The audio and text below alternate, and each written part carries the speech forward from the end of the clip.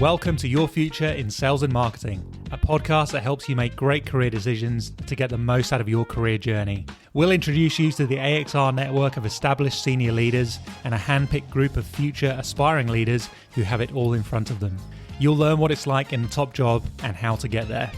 Your hosts from AXR's specialist sales and marketing recruitment team will also land bonus episodes for you on how to work with recruiters, write a resume, and smash an interview, as well as our very popular market updates. It's the podcast that has it all. You can't get this career advice anywhere else.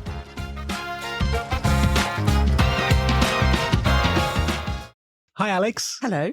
Thank you for coming on the podcast. You're really very appreciate welcome. it. How are you? I'm very well, thank you. Good. Good. Excellent. We're going to kick off by asking you the famous icebreaker question that we put to all of our guests. What is your favorite brand? You can't pick one that you've worked on. Yeah, that's quite tricky because I have worked on a lot of really good brands, but I've chosen Ocado, which probably won't mean anything to anybody in Australia. But Ocado are a completely online supermarket. The reason I've chosen them is I absolutely adore tech. So I've just bought a BYD car and I bought it for the tech. Don't know a lot about the car, but what they do is, I think, really, really clever because they have taken the retail landscape in the UK. They deliver to your door. They stock thousands and thousands of lines, a lot of new brands, small brands that you would never have heard of. They did brilliantly during COVID, if we're still allowed to mention that, obviously, to the point where they couldn't actually take on any more customers. But outside of that, they also do things like they've got a not-for-profit organisation where they teach children how to do coding. So they teach them how to do Python. So they put a lot of money back into the tech on that side. And they also have a women's aisle on their platform. So it's called By Women Built. And what they do there is really sponsor entrepreneurial women in their brands and their businesses and really support them. I really miss them. I still follow them on Instagram. That is how much I really miss Ocado. Well, as a fellow Brit, I was very familiar with Ocado, but I didn't know all the other bits and pieces that you spoke about there. Yeah, That's and they really, sell really their cool. tech platforms all over the globe. So I think it's Woolies or Coles in Australia use Ocado's tech platform. So they've got all of the technology as well. So I'm a bit of a nerdy techie kind of girl. You never know. Maybe one day they will make it here once Australia gets e-com figured out. Yeah, then you're definitely staying.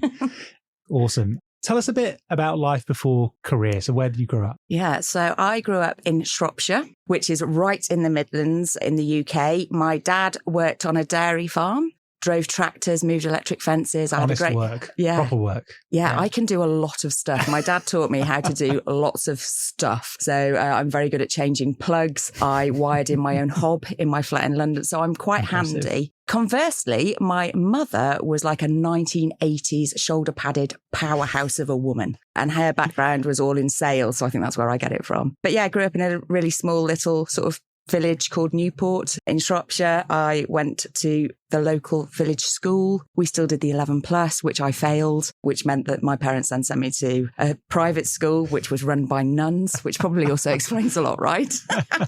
And then I went to university in Cardiff. Very good. So yeah, I've got one sister. Yeah. Yeah, she's still in the UK. My parents live in Spain and now I live here. So did your parents also send you off to Australia? I think it's their fault. Deal with her. I think in a past life, we might have been sort of travellers. We like travelling. So we've all at points owned camper vans.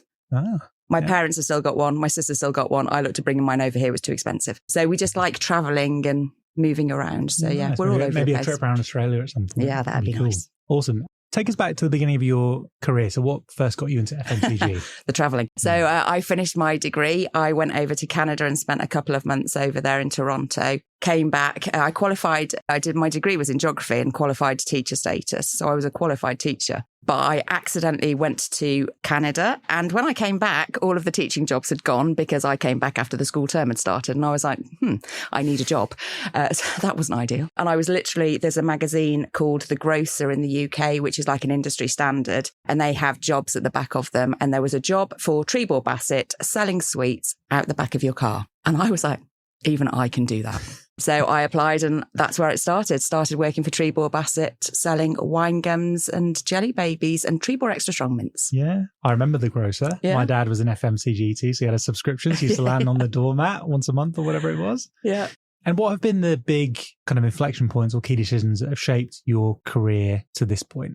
It's a really interesting question, right? Because I am not one of these people that lives in the future and goes, I want to be a general manager. I mean, that never crossed my mind. What I believe in is picking up critical experiences. So if you looked at my CV, it's all over the place, right? So I don't have a classic sales marketing background. I started in sales, but I've done lots of different jobs. So I've done revenue management. I've worked on projects. I've worked on mergers and acquisitions. I've worked on, God forbid, rollout of SAP systems. I was a field sales controller, so I had a team of 60 people selling sweets out of their cart. So I've done lots of different things. Completely forgotten what the question was. The big decision points along the way. Oh, the big decision points. Yeah. I think I don't know. I'm the kind of person that says yes to everything. So even though I wouldn't have a skill set necessarily to go and roll out a SAP implementation, I can learn something. So I've always had people that back me as well and say, go and try this or go and do this. And my instant reaction is, well, I don't really want to, but I'm going to go and give it a go and see what I can learn. And I think having like squiggly careers is really important and picking up those critical experiences. And you might look at jobs and go, there's no way that I've got the skill set to do that, or I don't want to do that. Just go and do it because you might learn something and it might be your dream job. So yeah, that's kind of how I've ended up here, is just by saying yes to opportunities and learning different things and working out what I enjoy and what motivates me. It's one of the reasons I really wanted to get you on the podcast, not just because I thought it would be very entertaining, but because like you said it yourself, you've got a really broad career on lots and lots of different stuff, which would have made your career more interesting, more rewarding, but also set you up to do the role that you do now as a GM, because you have that breadth of experience to draw on. And it's probably the key message we try and land through all of these episodes is seek that breadth of experience and don't do things that narrow you, do things that broaden you. Yeah, I'm one of those really annoying people that knows a little bit about everything, which makes me incredibly annoying and dangerous. But yeah, I agree with you. I think if you can have lots of different experiences, lots of different bits of knowledge, to do a general manager role like I do is absolutely crucial, because you can draw on those experiences. You can connect the dots. You know who to go and ask for if you need help and support. So yeah. I 100% agree with you. Yeah, great. And you've had the benefit of working in businesses where those sorts of moves are encouraged and enabled, which really helps, because not every business is quite that open-minded. But increasingly, I think, particularly in Australia, businesses are starting to come around to that way of thinking, which is great. So you spent much of your career in the UK, but not exclusively in the UK. And then what made you decide to take the leap and come down under? So I didn't come for the country, I came for the job. So I was really interested in sort of general management was my next role. So I was the GM for Capsicana, which is the Mexican brand that we've just launched into Coles in the UK, which was using, again, marketing. I'm not a marketeer, but if my mum understands it, it's probably going to sell, right? So I was the GM for there. This opportunity came up and it was the role that I was after. So I really enjoyed the general management of the Capsicana. I was in a head of market strategy and planning role in the UK. So I had category shopper, revenue management reporting into me and online. So already starting to sort of generalise. And this opportunity came up and I applied for it and went through an incredibly rigorous recruitment process, but I'm here. So it was the job that I was after, to gain those sort of next experiences of proper general management. So some GMs are like sales and marketing, but I've got supply chain, finance. I literally just run the business down here for Australia and New Zealand with my incredible team, who I would be utterly lost without. And we're going to come on and talk about your role and what that entails in a bit more detail. So looking back, were there any sort of key moments along the way that really shaped your leadership style or your perspective on how you actually drive the growth of a business? From a leadership style point of view, I've been really lucky. I've had some great bosses, and I think you can learn a lot from other people about leadership styles and what you like and what you don't like. Conversely, I've had some terrible bosses where I've gone, oh my God, I'm never going to do that. So I think for me, my leadership style is I am, and you can ask anybody, I am so open, and what you see is what you get. I don't hide anything. My team know more about me than they probably should. But it kind of works because I think that helps build trust. It makes you more approachable. It helps with psychological safety. And without your team, you don't have anything. So I don't know, just don't be a knob. Am I allowed to say that? Absolutely. Am I? Yeah, just be a nice person and treat people. My granny always used to say, smile at people because you don't know what they're going through and it doesn't cost anything. And I think if you can hold that kind of mantra in your head, and you don't know what people are doing outside of work. And if they're having a bad day and they come in and they're a bit grumpy or they're a bit short, there's probably a reason for that. And your job as a leader is to understand that and make sure that those people are comfortable having those conversations with you and asking for support. So yeah, that's what I think. I love it. And I think thankfully we are living in a time where it's more acceptable to be a real human being and be a leader. Yeah. I think there's still a perception that people have when they step into leadership that they need to have all the answers and they need to be unflappable and they need to be strong and all this sort of stuff. But I love hearing from leaders like you, the sort of things you're saying, because it really gives permission for people to actually let go of that a little bit. Yeah, definitely. If anybody thinks that I know the answers to everything, they're very deluded. You said it yourself, you know lots about, a little bit about everything, but you'd never say that you know everything about it. No, and that's why you surround yourself in your team with people that are subject matter experts in what they do, right? So my team don't look at me and go, oh, we want to do this in supply chain. What's the answer? Because they know that I don't know. But my job is to facilitate the conversations, kick the knotty problems around the room, provide direction, provide a decision if we need to make one and we can't get to like a joint decision. That's my job is more of a kind of chess orchestrator. Yeah, I'm just like a mover of pieces. Yeah. Easy peasy, right? Oh yeah, it's sure. Not. Yeah. So coming on to that, what does your role as a general manager look like? So you're leading a small local team inside a big global business. What do you do? What does your day-to-day look like? Yeah, so there's 14 of us in my team. I think, what do I do? The clue's in the title, general. I mean, it is honestly, I can wake up in the morning thinking I know what I'm doing and end it going, what was that about? So I think I do everything from sort of setting the long-term vision of where we want to go over the next 3 to 5 years without polishing pinheads, right? Because nobody knows what's going to happen in 5 years. So keeping it quite high level, making sure that we've got sort of customer and marketing strategies, that we know what we're doing, making sure that we've got our financial performance and sort of all of our data together and that we're reporting back to the centre, making the decisions and choices about how we're going to spend our money, managing the overheads, looking at supply chain, offices, spend a lot of time with lawyers reading contracts, a lot of time understanding Australian employment law because it's very different from the UK. People performance, tenders, literally anything that you could think about running a business outside of the manufacturing bit. That's pretty much what I do. Sounds like a real crash course in true general management. Honestly, the last 9 months have been wild, Andrew. Yeah. Properly wild. Yeah. So I suppose one of the benefit of being part of a small local team is that you can kind of foster that entrepreneurial spirit and you kind of do things at pace and you're agile. How do you balance trying to, I hate using the word leverage, so wanky. How do you try and use that energy, but balance that with being part of a big global business that has all these frameworks and processes and expectations? Yeah. So I have this don't let processes or frameworks get in the way of a good idea mantra. So there are processes that we have to follow. So like financial reporting, my boss is not going to let me get away with changing that. Sort of MPD gate processes. So there are processes and frameworks there for a reason. Outside of that, I think we just adopt to what we need to do locally. And we are quite agile. I am a nightmare. I have the most random ideas. And you can just see Amanda, bless her, she's my head of marketing. She just like looks at me and she goes, oh God, not again.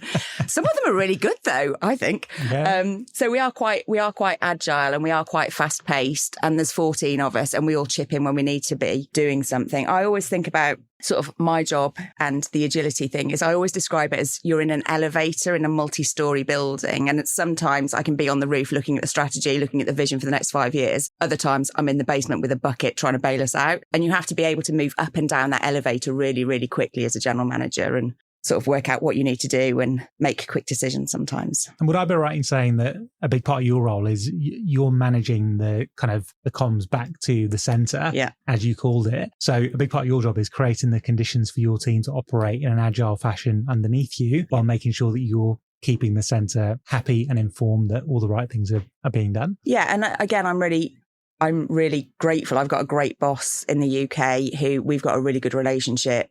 We trust each other. He knows that if I need him, I'll send him a WhatsApp message and say, I really need you to help me with this. But the communication is absolutely key and empowering my team to do the things that they need to do. And I'm almost like the gatekeeper of the information that we need to send back and making sure that we've got really compelling reasons for doing things or we've got a really strong narrative and making sure that the UK team are on board and aware of that because I need their support, right?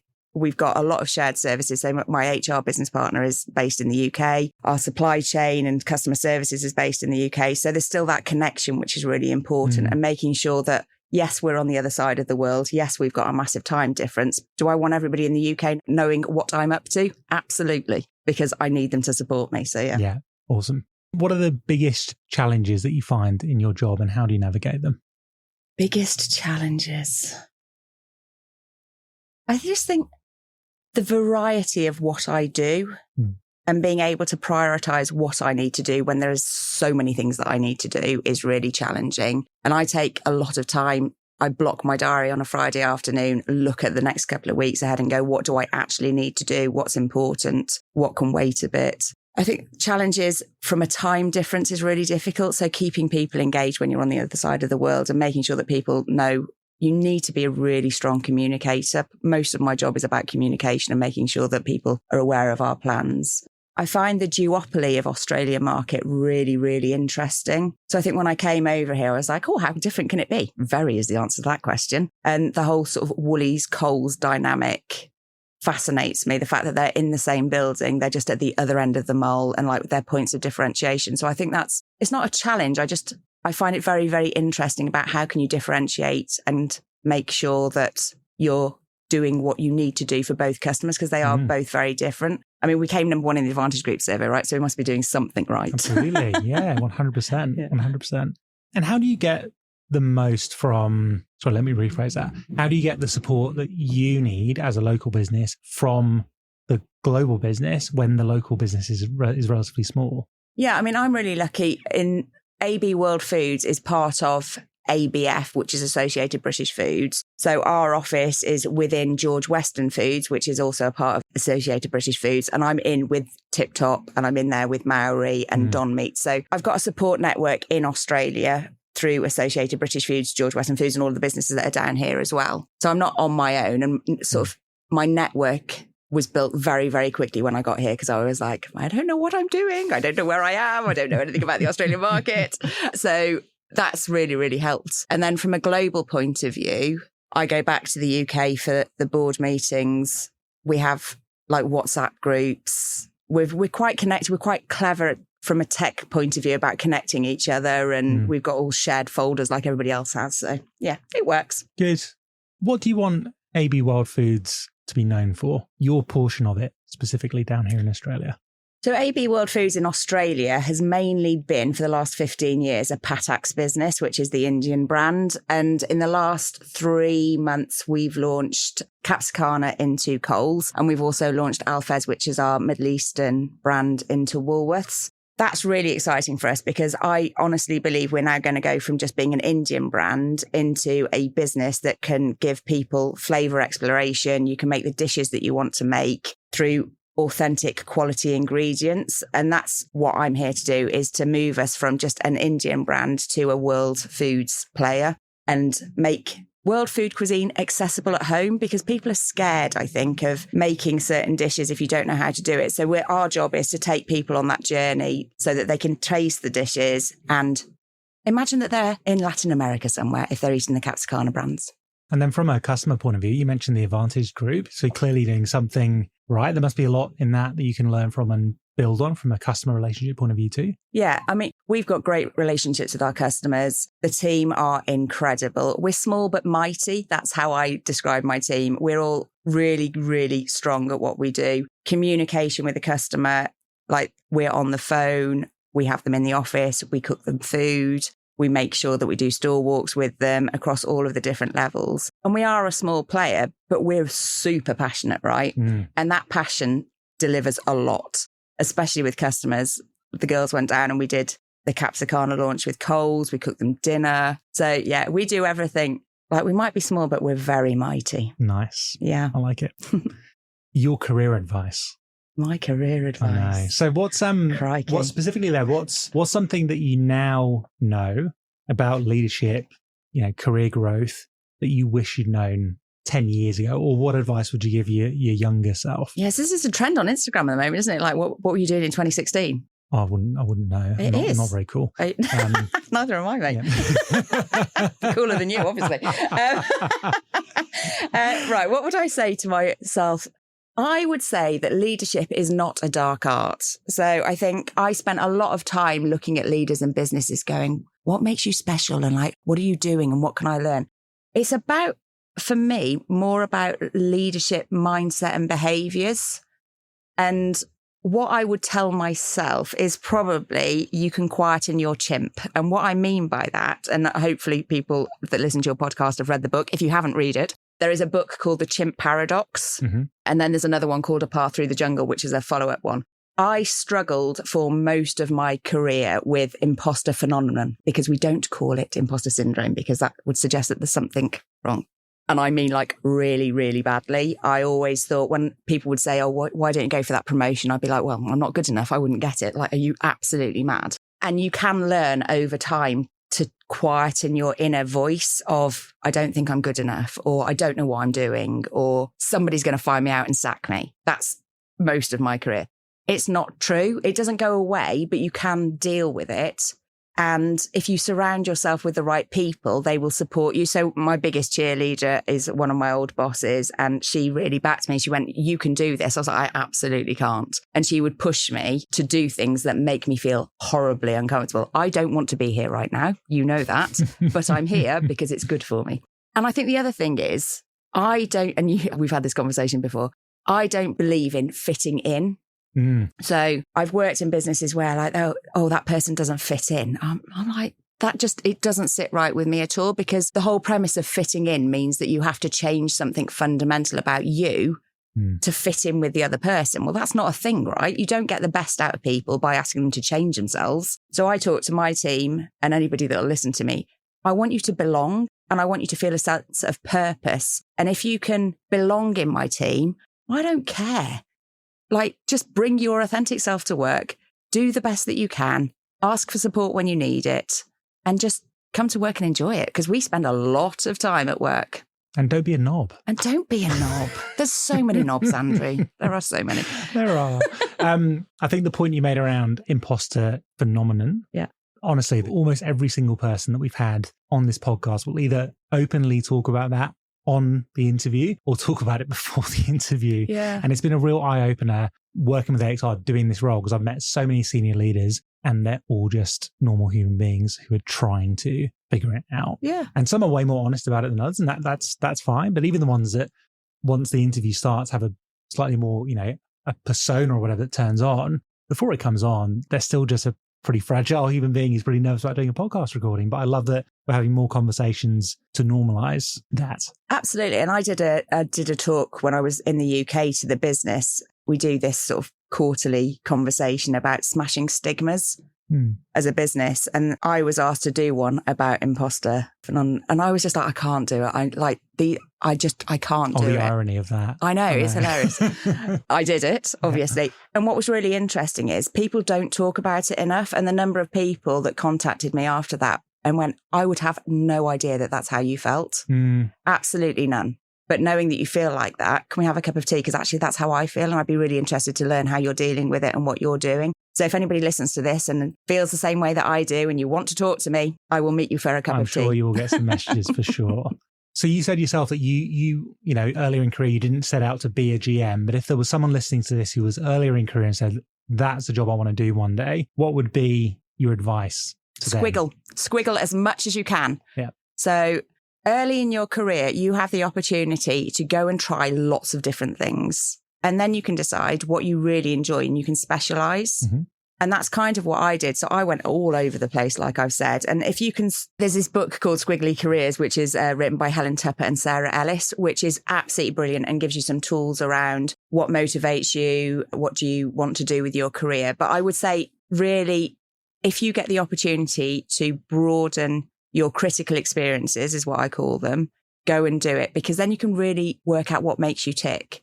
Like what makes me tick is I love everything. I like knowing a little bit about everything. I'm naturally inquisitive. I'm one of those people as a kid, I used to take things apart and then put them back together again. And that's what makes me tick and get out of bed, because it's just what I enjoy doing. But you might go and do sales, you might go and do marketing, you might go and do supply chain, and you go, actually, I really enjoy supply chain. And that's where your career is. But unless you try, then you're not going to know where you want to end up. And to be a general manager, I do think that you need to have done a breadth of roles so that you know a little bit about everything and you can at least support your team to the best of your abilities. Yeah.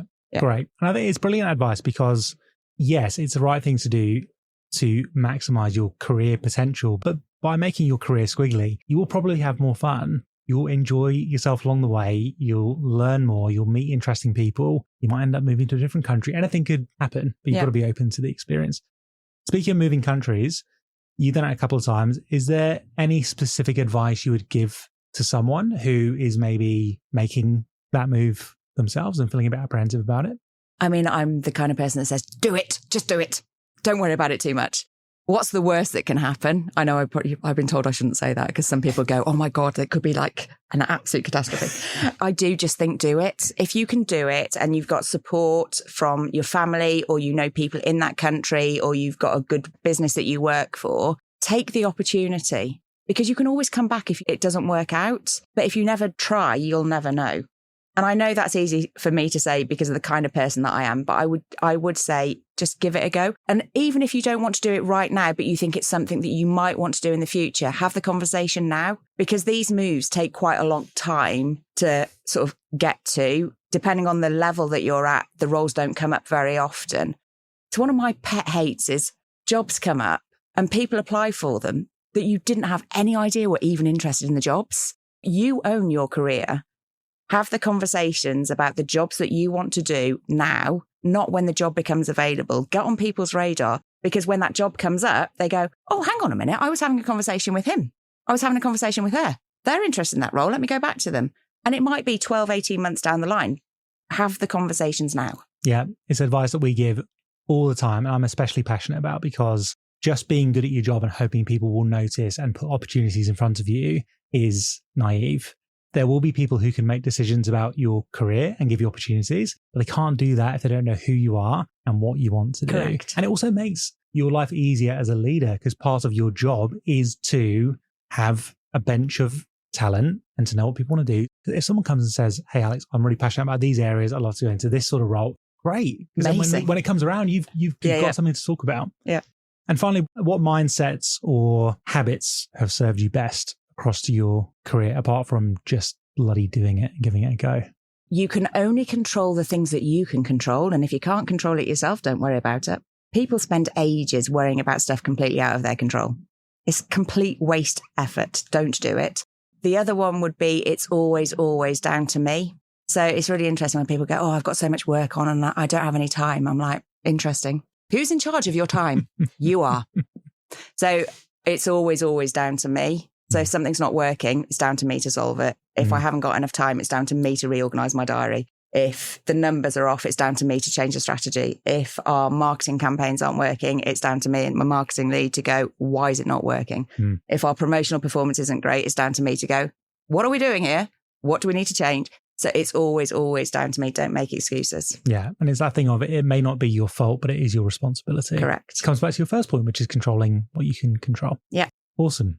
Thank you so much for coming on. I've really enjoyed the conversation. That wasn't as bad as I thought either. Hooray! No, it was great. Lots of great advice in there. Yeah, so thank you so much. Thank you. We hope you enjoyed today's podcast from AXR Recruitment and Search. We're passionate about helping you get the most out of your sales and marketing career. Keep listening as we bring you more career insights and advice from Australia's inspiring sales and marketing leaders. See you next time on Your Future in Sales and Marketing.